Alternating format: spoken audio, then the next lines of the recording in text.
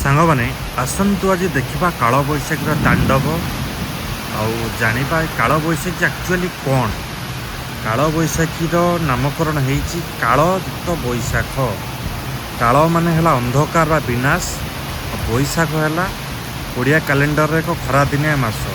ତ ଏ ଦୁଇଟାକୁ ମିଶିକି ହେଇଗଲା ଅନ୍ଧକାର ବିନାଶ, ତ ବୈଶାଖ ହେଇଗଲା କାଳବୈଶାଖୀ।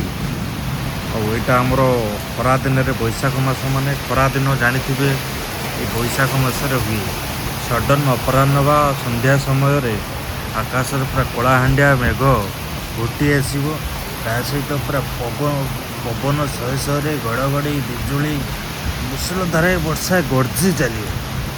ଆଉ ଏଇଟା ହେଲା ମାନେ ଯେଉଁ କ୍ଷୟକ୍ଷତି ହୁଏ, କେଉଁଠି ଗଛ ଉପୁଡ଼ିଯିବ, ଖୁଣ୍ଟ ଚାଲିଯିବ, କୁଆପଥର ମାଡ଼ ହେବ, ଗାଡ଼ି ପଥର କଣା ହେବ, ଲୋକଙ୍କ ଉପରେ ଗଛ ପଡ଼ି ଭାଙ୍ଗିକି ଛାରଖାର କରିଦିଏ। ପୁରା ବହୁ ଧନ ଜୀବନ କ୍ଷୟକ୍ଷତି ହୁଏ। ଆଉ ଆର ଉପକାରିତାଟା ବି ଅଛି ଆଜ୍ଞା। ଯେଉଁ 50 ଡିଗ୍ରୀ 40 ଡିଗ୍ରୀ ଖରାଟା ହୁଏ, ତା ଦେହରୁ ଯେଉଁ ଝାଳଟା ହୁଏ, ତା ଦେହରୁ ରକ୍ଷାଟା ମିଳେ। ବୁଝିଲେ ନା? ଏବେ ଜାଣିଲେ ତ କାଳବୈଶାଖୀ କ'ଣ।